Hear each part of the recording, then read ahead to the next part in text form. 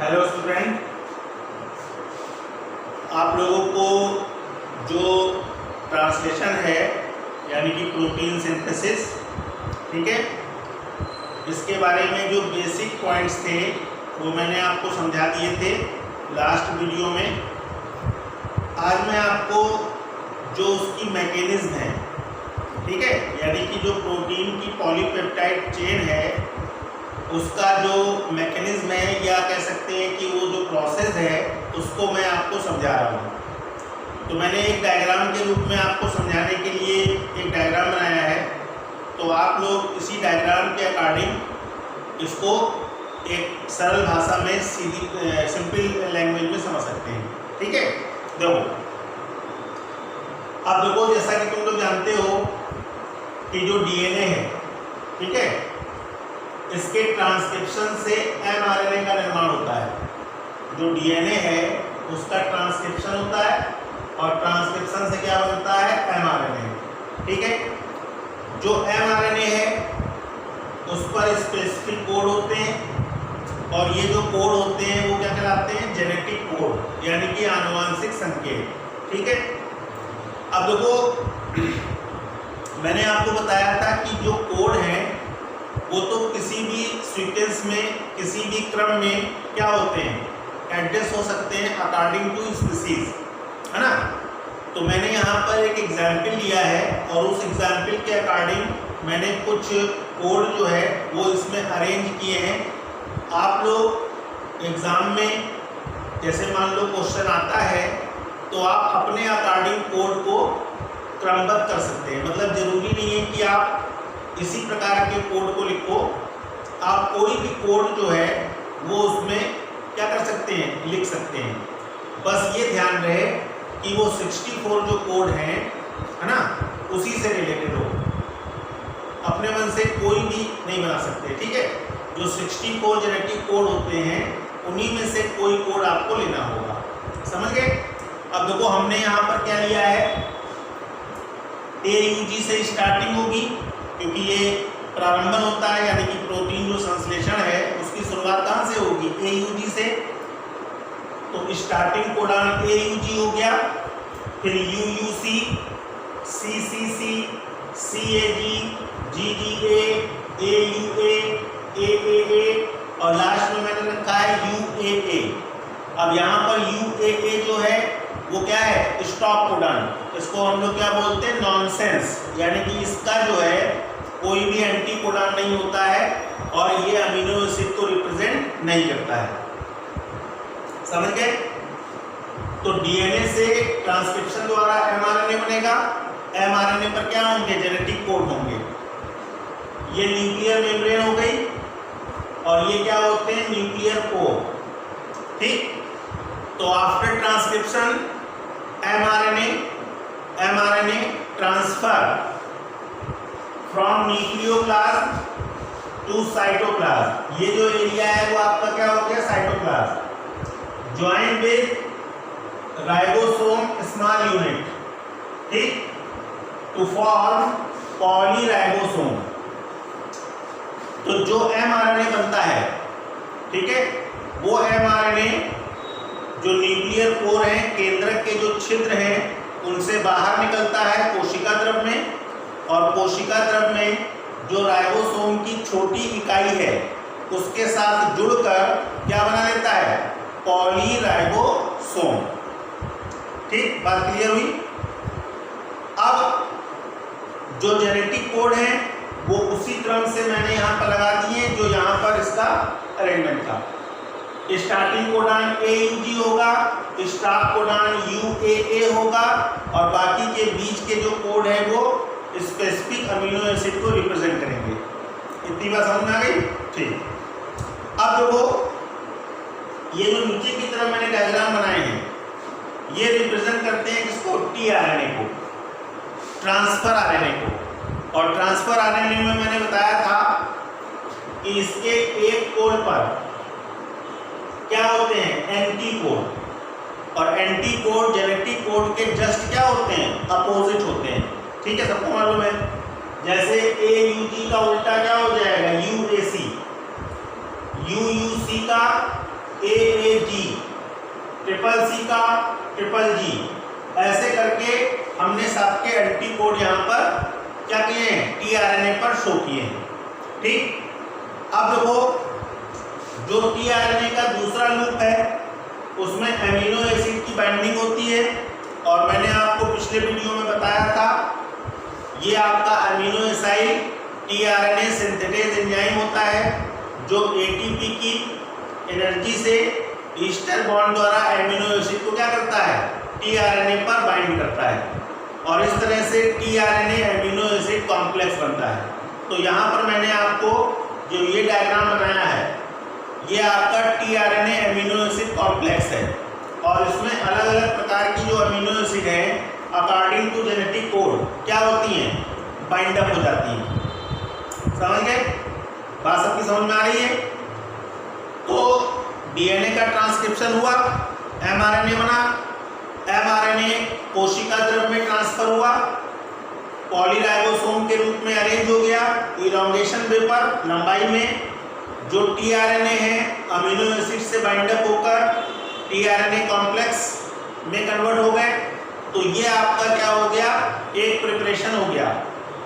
अब प्रोसेस बहुत सिंपल सी है।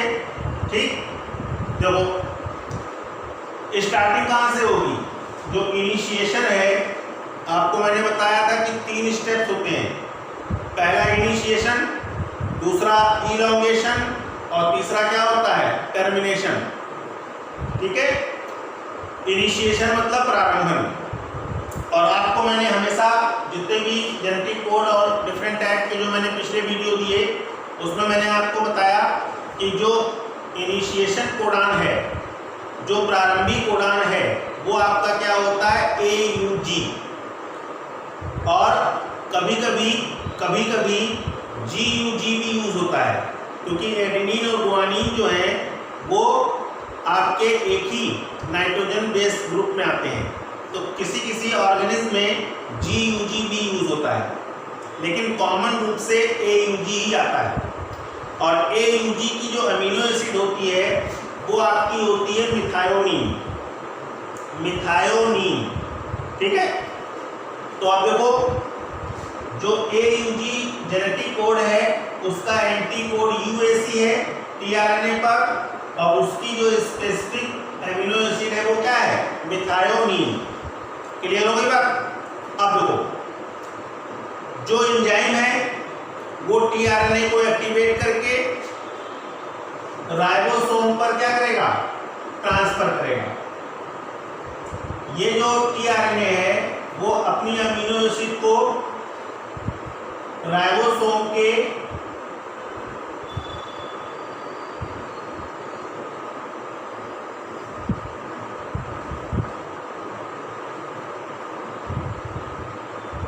इस तरह से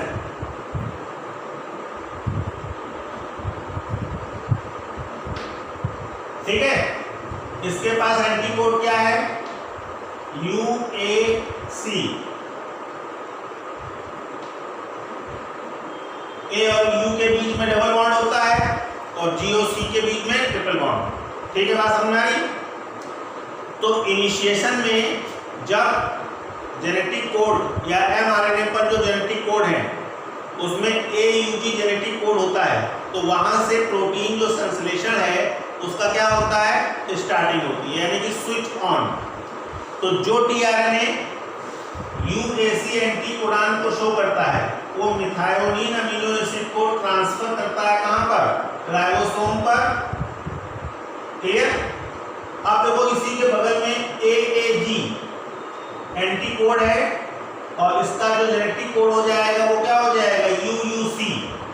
तो ये वाला जो tRNA है अब अपनी अमीनो एसिड को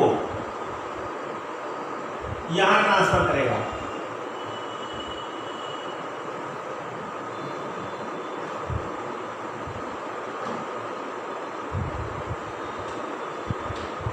सही है।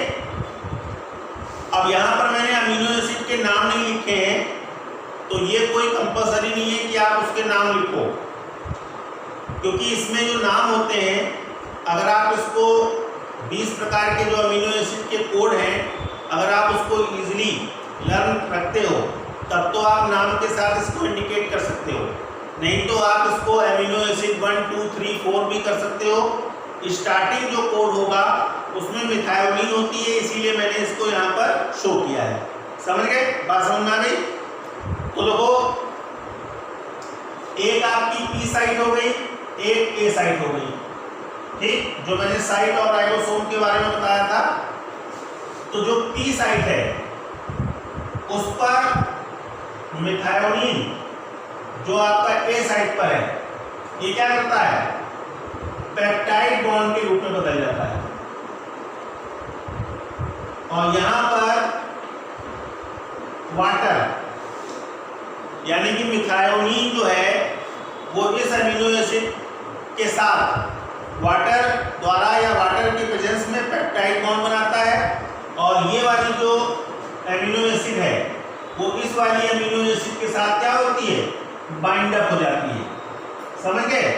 यानी कि ये वाली जो है इसके साथ बाइंड हुई तो इसका ये आपका हो जाएगा, ये मिथायोनीन हो गई और ये आपकी क्या हो गई? Second amino acid. समझ गए? बात समझ में आई? जब ये टीआरएनए मिथायोनीन को दूसरी अमीनो एसिड के साथ बाइंड अप करता है तो ये क्या हो जाता है? फ्री हो जाता है, और जो राइबोसोम की एग्जिट साइट है, एग्जिट साइट, उससे ये वापस अपने स्थान पर आ जाता है। समझ गए?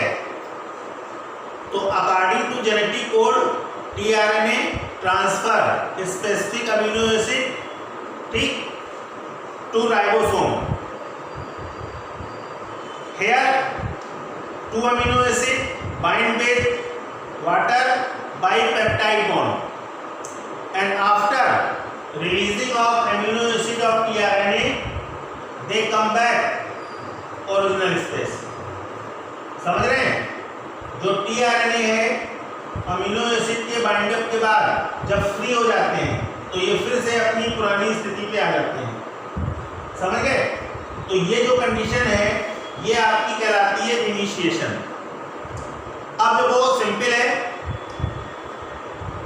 जैसे जैसे जेनेटिक कोड हैं उसी प्रकार से जो टीआरएनए है वो अपने अमीनो एसिड को क्या करेंगे? ट्रांसफर करते जाएंगे, और हर अमीनो एसिड दूसरी के साथ पेप्टाइड बॉन्ड द्वारा जुड़ती चली जाएगी, और इस तरह से प्रोटीन की पॉलीपेप्टाइड चेन बनेगी। समझ गए? अब देखो, अब ये जो है UUU ये आपका यहां पर आएगा,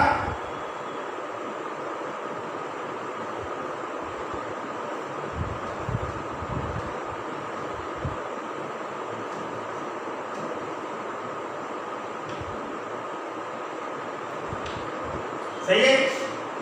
अब देखो 1 2 3 4 5 6 7 अमीनो एसिड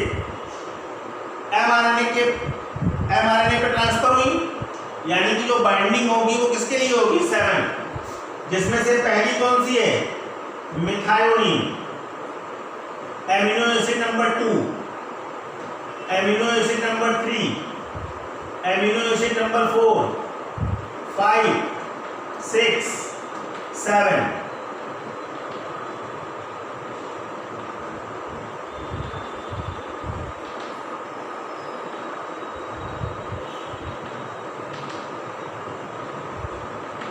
इस तरह से एक के बाद बाइंडअप होते जाएंगे, और जैसे जैसे ये आगे बढ़ते जाएंगे लास्ट में जो 7 नंबर है जिसके पास ट्रिपल यू एंटीकोड होगा, जब ये अपनी अमीनो एसिड को यहाँ पर ले जाएगा तो ये अमीनो एसिड बाइंडअप होकर एक चेन के रूप में, तो इस तरह से क्या होगा?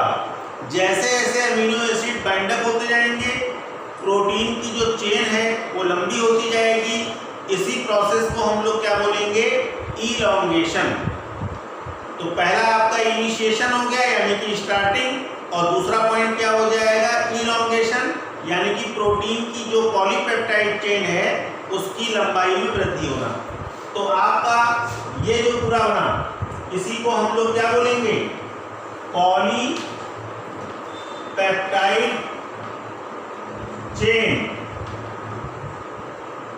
Chain of protein. आया समझ में? क्लियर?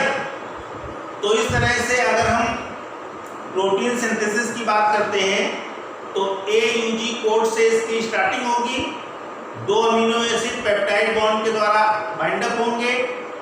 जो राइबोसोम पर A साइट है वहां पर अमीनो एसिड आएंगी, P साइट पर इसकी बाइंडिंग होगी और जो एग्जिट साइट है वहां से जो tRNA है वो रिमूव होके या अलग होके कहाँ चला जाएगा, फिर से साइटोप्लाज्म पर चले जाएगा।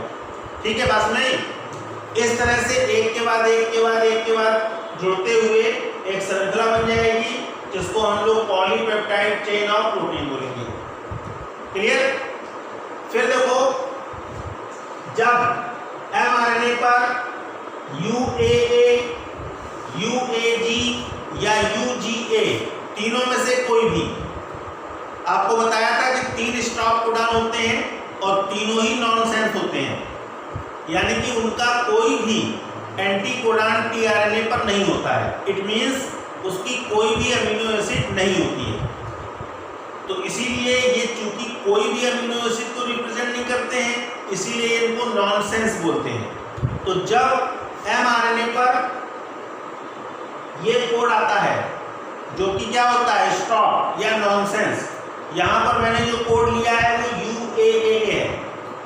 आप यहाँ पर कोई भी ले सकते हैं, UAG ले सकते हैं, UG कोई भी ले सकते हैं, वो आपके ऊपर है। ठीक है, मैंने आपको पहले ही बताया कि कोड आप अपने हिसाब से भी रख सकते हैं। तो जब स्टॉप कोडॉन या नॉनसेंस कोडॉन आता है तो उसका कोई भी एंटी कोडॉन कोशिका द्रव में नहीं होता है। इट मींस यहाँ पर कोई भी अमीनो एसिड ट्रांसफर नहीं होती है। तो जब अमीनो एसिड राइबोसोम पे ट्रांसफर नहीं होती है तो आगे की बाइंडिंग इनकम्प्लीट रहती है, रुक जाती है और इस तरह से जो प्रोटीन का संश्लेषण है वो स्टॉप हो जाता है। आया समझ में? तो इस तरह से अगर हम मैकेनिज्म की बात करें तो आप लोग एक सिंपल डायग्राम के अकॉर्डिंग इसको अपनी लैंग्वेज में एक्सप्लेन कर सकते हो। इनिशिएशन स्टार्टिंग होगी AUG के द्वारा, इलॉन्गेशन होगा जिसमें प्रोटीन की पॉलीपेप्टाइड चेन क्या होगी, लंबाई में वृद्धि करेगी, एक के बाद अमीनो एसिड जुड़ते चले जाएंगे और फिर टर्मिनेशन में स्टॉप कोडॉन आएगा जो नॉनसेंस होता है और वहां पर प्रोटीन संश्लेषण क्या होगा, रुक जाएगा। क्लियर? बात सबकी समझ में आ गई? तो आप लोग इसके जो डायग्राम है इसको भी आप ध्यान से समझ लीजिए। ठीक है, और ये डायग्राम इम्पॉर्टेंट भी है, ये आपको एग्जाम में मिलता भी है और इसमें आपको इजी वे में क्या है, अपनी बात को समझाने के लिए ज़्यादा एक्सप्लेनेशन की जरूरत नहीं पड़ेगी क्योंकि डायग्राम में वो चीज़ें क्या हो रही हैं, शो हो रही हैं। ठीक है, बात समझ में आ गई? जो स्टूडेंट जो बेसिक पॉइंट्स मैंने आपको बताए थे प्रोटीन सिंथेसिस के, उस वीडियो को अगर नहीं देखा होगा तो ये वीडियो आपको समझ में नहीं आएगा। तो आप लोग पहले जो प्रोटीन सिंथेसिस के बेसिक पॉइंट्स हैं उसको आप पढ़ लो, उसके बाद फिर आप इसको पढ़ना, तब आपको दोनों टॉपिक मिला के पूरा एक टॉपिक है ट्रांसलेशन या प्रोटीन सिंथेसिस समझ में आ जाएगा। बात समझ में आ गई? क्लियर है? तो इस डायग्राम को ध्यान से देख लो। ठीक है, 10 सेकंड के लिए मैं इस डायग्राम को छोड़े जा रहा हूँ, ध्यान से देख लो और फिर इसको आप अपने लैंग्वेज में खुद लिख सकते हो। ठीक है, ओके, थैंक यू।